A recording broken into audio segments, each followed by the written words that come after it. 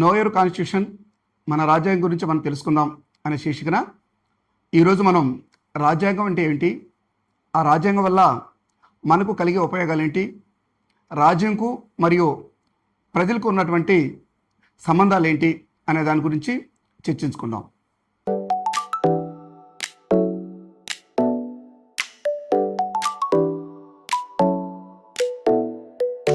ఇది ఒక్కొక్క దేశంలో ఒక్కొక్క విధంగా ఉంటుంది. మన భారతదేశానికి వచ్చే లోపల మనకు ఫండమెంటల్ లాగాను, బేసిక్ లాగాను, ఆర్గానిక్ లాగాను, అదేవిధంగా సుప్రీం లాగా కూడా పనిచేస్తుంది. అన్నిటికీ మూల కారణం రాజ్యాంగం. ఆ రాజ్యాంగం అనేది మనకు అంటే ప్రజలకు మరియు ప్రభుత్వాలకి ఏ విధంగా ఏమి చేయాలి, ఏమి చేయకూడదు అనే విధి విధానాలన్నీ కూడాను ఈ సుప్రీం లా నుంచే మనకు విశదీకరించబడ్డాయి.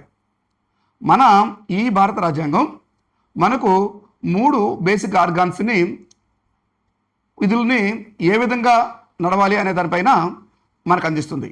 ఆ 3 బేసిక్ ఆర్గాన్స్ ఏంటంటే లెజిస్లేచర్, ఎగ్జిక్యూటివ్ మరియు జ్యుడిషియరీ. ఈ 3 ప్రధాన అంగాలు రాజ్యాంగాన్ని అనుసరించి ఏ విధంగా పనిచేస్తాయి అనేదే భారత రాజ్యాంగం యొక్క కూర్పు.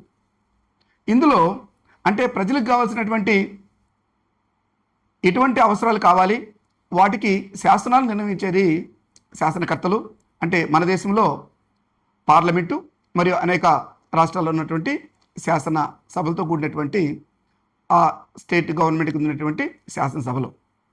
అదేవిధంగా కొన్ని రాష్ట్రాల్లో శాసనసభ మరియు అదేవిధంగా శాసన మండళ్ళు కూడా ఉంటాయి.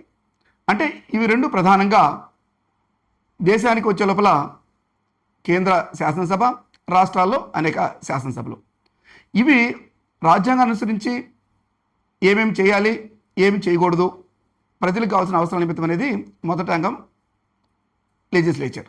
అదేవిధంగా రెండవ అంగము ఎగ్జిక్యూటివ్స్ అంటే ఈ శాసనకర్తలు ఈ చేసినటువంటి లా మేకింగ్స్ అంటే శాసనాల ప్రకారంగా ప్రజలకు ఏ విధంగా వాటిని ఫీల్డ్ లెవెల్లో అందించాలి అనే దానికి. అంటే దాంట్లో మంత్రులు, ప్రభుత్వ ఉద్యోగులు అనేక మంది కార్యనిర్వాహక బాధ్యతలు నిర్వర్తిస్తారు. మూడవది వచ్చి జ్యుడిషియరీ వ్యవస్థ. ఈ జ్యుడిషియరీ వ్యవస్థ అనేది మనకు ప్రధానంగా సుప్రీంకోర్టు మరియు హైకోర్టు రూపంలో ప్రజలకు సేవ చేస్తుంటుంది. ఇప్పుడు శాసన వ్యవస్థ మరియు ఈ కార్యనిర్వాహక వ్యవస్థ చేసేటువంటి పనులపైన సుప్రీంకోర్టు, హైకోర్టులు మీరు చేసేది ఇది ఈ విధంగా చేయకూడదని కొన్ని సమయాల్లో హైకోర్టు, సుప్రీంకోర్టులు తీర్పులు ఇస్తుంటాయి. అది ఇస్తుంటున్నాయంటే ఏ విధంగా అంటే బేసిక్ లా, సుప్రీం లా ఏంటంటే మనకు రాజ్యాంగం. ఈ రాజ్యాంగాన్ని అనుసరించి మీరు ఇలా చేయకూడదు, ఇలా చేయాలి, ఇలా శాసనసభల్లో ఈ విధంగా చట్టాలు చేసిన తర్వాత అవి ఇంప్లిమెంట్ చేయాలి అనేటువంటి అనేక విధాలు. అంటే మన రాజ్యాంగం అనేది మనకు ప్రభుత్వానికి అధికారాలు ఇస్తుంది, పరిమితులు నిర్ణయిస్తుంది. అదేవిధంగా ప్రజలకి హక్కులు కల్పిస్తుంటాయి. అదేవిధంగా ఈ హక్కులు తీర్చుకునే దానికి ప్రభుత్వానికి మరియు ప్రజలకు మధ్య సంధానకర్తగా ఉంటుంది. అంటే ఏ విషయాలన్నా కూడాను మన యొక్క రాజ్యాంగాన్ని మించి ఇంక ఎటువంటి లానో పనిచేయదు. సుప్రీం లా మన రాజ్యాంగం. ఈ రాజ్యాంగాలు కూడా మనకు ఏ విధంగా అంటే కొన్ని లిఖిత రాజ్యాంగాలు ఉంటాయి, కొన్ని అలిఖిత రాజ్యాంగాలు ఉంటాయి. మనది ప్రధానంగా లిఖిత రాజ్యాంగం. లిఖిత రాజ్యాంగాలకి అదేవిధంగా మనకు ఈ అలిఖిత రాజ్యాంగాలకు ఉన్నటువంటి తేడా ఏంటంటే అంటే రిటర్న్ మరియు అన్రిటర్న్. ఇది మొట్టమొదటిగా ప్రతి దేశంలో ఉన్నటువంటి రాజ్యాంగాల్లో రచించబడేటువంటి వాళ్ళలో ఈ 2 మెయిన్ డిఫరెన్సెస్ అన్నమాట.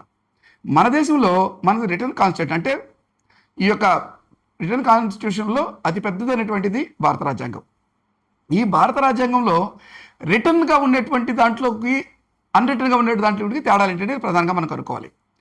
రిటర్న్ అంటే ఏంటంటే ఇక్కడ ఒక కోడిఫికేషన్స్లో ఒక క్రమానుగతంగా కొన్ని ముందే ఫ్రేమ్వర్క్ చేసి పెట్టుంటుంది.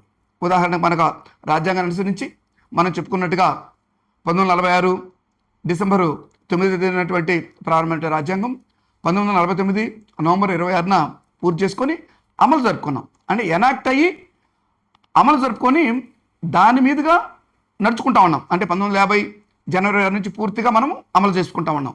అంటే ఒక ఫ్రేమ్డ్ స్ట్రక్చర్, ఒక సీక్వెన్షియల్ మేనర్లో ఉంటుంది. అదే రిటర్న్ కాన్స్టిట్యూషన్. అదేవిధంగా అన్రిటన్ అనేది ఏంటంటే అక్కడ కూడా రాజ్యాంగం అమల్లో ఉంటుంది, కానీ ఇట్లా సిస్టమేటిక్గా ఒక కోడిఫికేషన్లో ఉండదు. అదేవిధంగా ఈ మన లిఖిత రాజ్యాంగంలో ఉన్నటువంటి ఇంకొక ప్రధానమైనటువంటి తేడా ఏంటంటే, లిఖిత రాజ్యాంగానికి సుప్రీం వచ్చి కాన్స్టిట్యూషన్, వేరే యాజ్ అన్రిటన్కి సంబంధించినటువంటి అక్కడ సుప్రీం లా ఏంటంటే పార్లమెంటు.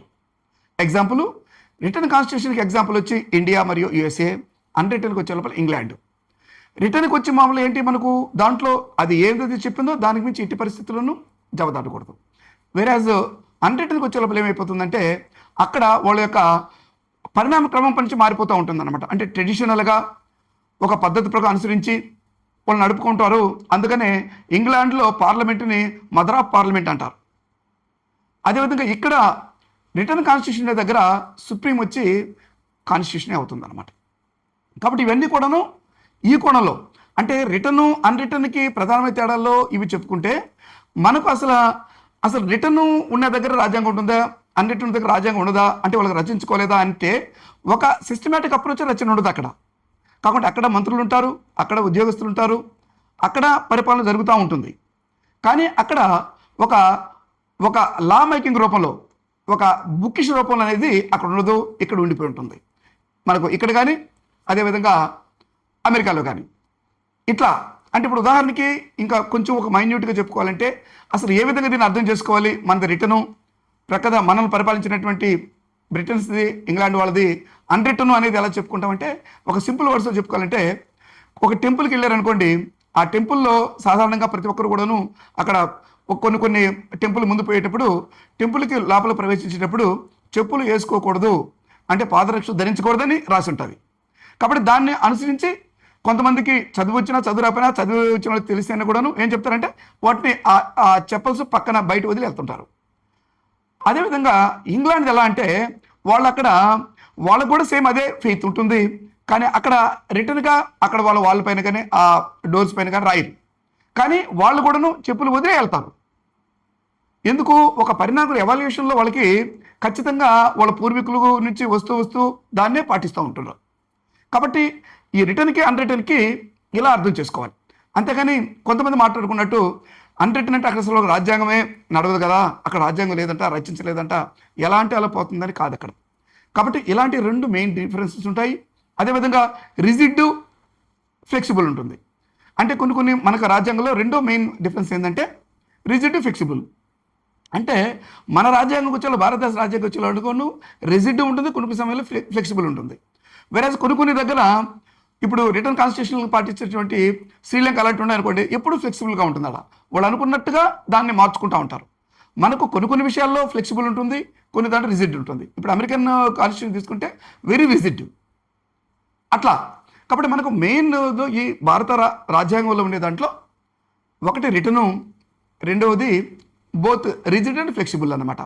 అంటే అది మనకు అది దృఢ అదృఢ రాజ్యాంగం అంటారు. ఈ కాన్సెప్ట్ మీద రాజ్యాంగం అంతా కూడాను పనిచేస్తుంది. ఇది ప్రధానంగా ప్రభుత్వానికి మరియు ప్రజలకి ప్రభుత్వాలు ప్రజలకు ఏమి చేయాలి, ఏమి చేయకూడదు, ఆ అధికారాలు ఇస్తుంది, పరిమితులు ఇస్తుంది. కాబట్టి దీని గురించి మనం చెప్పుకుంటా ఉన్నాం ప్రతి ఒక్క రాజ్యాంగం అని. అసలు రాజ్యాంగం మనకి ఏం కల్పిస్తుంది అనే దానిపైన ఈరోజు మాట్లాడుకున్నాం. ఈ రిటర్న్ కాన్స్టిట్యూషన్లో తర్వాత ఎపిసోడ్లో అసలు రిటర్న్ కాన్స్టిట్యూషన్, అసలు రియల్ రాజ్యాంగం ఏ విధంగా పొందుపరిచారు ఆ రిటర్న్ అనే గురించి నెక్స్ట్ రాబోయేటువంటి ఎపిసోడ్ తెలుసుకుందాం. అంతవరకు నమస్తే. అందరికీ రిక్వెస్ట్, ఇప్పుడు ఏంటంటే మనము ఇది ఎడ్యుకేషన్ పాయింట్ ఆఫ్ వ్యూలో చేస్తున్నటువంటి Indian constitution, know your constitution, మన రాజ్యాంగం గురించి మనం తెలుసుకున్నాం అనేటువంటి ఈ యూట్యూబ్ ద్వారా మీ ముందుకు వస్తున్నాము. దీని ద్వారా ఏంటంటే అనేక మందికి వెళ్ళేటట్టుగా ఈ స్టూడెంట్స్ ఈ ఇండియన్ కాన్స్టిట్యూషన్ గురించి తెలుసుకోవాలని, learners of the Indian constitution అనేటువంటి వాళ్ళకి మీ ద్వారా దాన్ని కొంచెం లైక్ చేసి, కొంచెం ఎవరికైతే కావాలో అది షేర్ చేసి, మీకు నచ్చినట్టయితే అది వాళ్ళకి ఉపయోగపడుతుంది అనుకుంటే దాన్ని సబ్స్క్రైబ్ చేశారనుకోండి, ఎవరైనా చేయనటువంటి వాళ్ళు నెక్స్ట్ అది డైరెక్ట్గాను నోటిఫికేషన్ రూపంలో వచ్చేస్తుంది. ప్రతి ఒక్కరు కూడా ఇది ఏంటంటే ఒక ఎడ్యుకేషన్ పాయింట్ ఆఫ్ వ్యూలో అందరికీ చేరాలి. ఎందుకంటే చాలామంది రాజ్యాంగం అనుకుంటున్నారే కానీ విలేజర్స్కి, కొంతమంది చదువుకున్న పిల్లలు కూడా కొంతమంది రాజ్యాంగం క్వశ్చన్ ఆన్సర్స్ చూస్తారు, కానీ కాన్సెప్ట్ పాయింట్ ఆఫ్ వ్యూలో, బేసిక్ పాయింట్ ఆఫ్ వ్యూలో చాలామంది తెలుసుకోవట్లేదు. కాబట్టి అనేక మంది పెద్దలు, విద్యార్థులు కొంతమంది కావాలని ఈ రాజ్యాంగం తెలుసుకొచ్చుకుంటున్నటువంటి వాళ్ళు మనల్ని అనుకోవడంలో వాళ్ళకి ఈ హాలిడేస్లోను సండేస్లోను అట్టేటప్పుడు ఒక 5 నుంచి 10 నిమిషాల్లో నిడివితో మీ ముందుకు వస్తున్నాను. కాబట్టి దయచేసి ఇది అందరికీ చేరేటట్టుగా అందరికీ చేరవేస్తారని కోరుకుంటూ ప్రతి ఒక్కరికి నమస్కారం చేసుకుంటున్నాం. నమస్తే.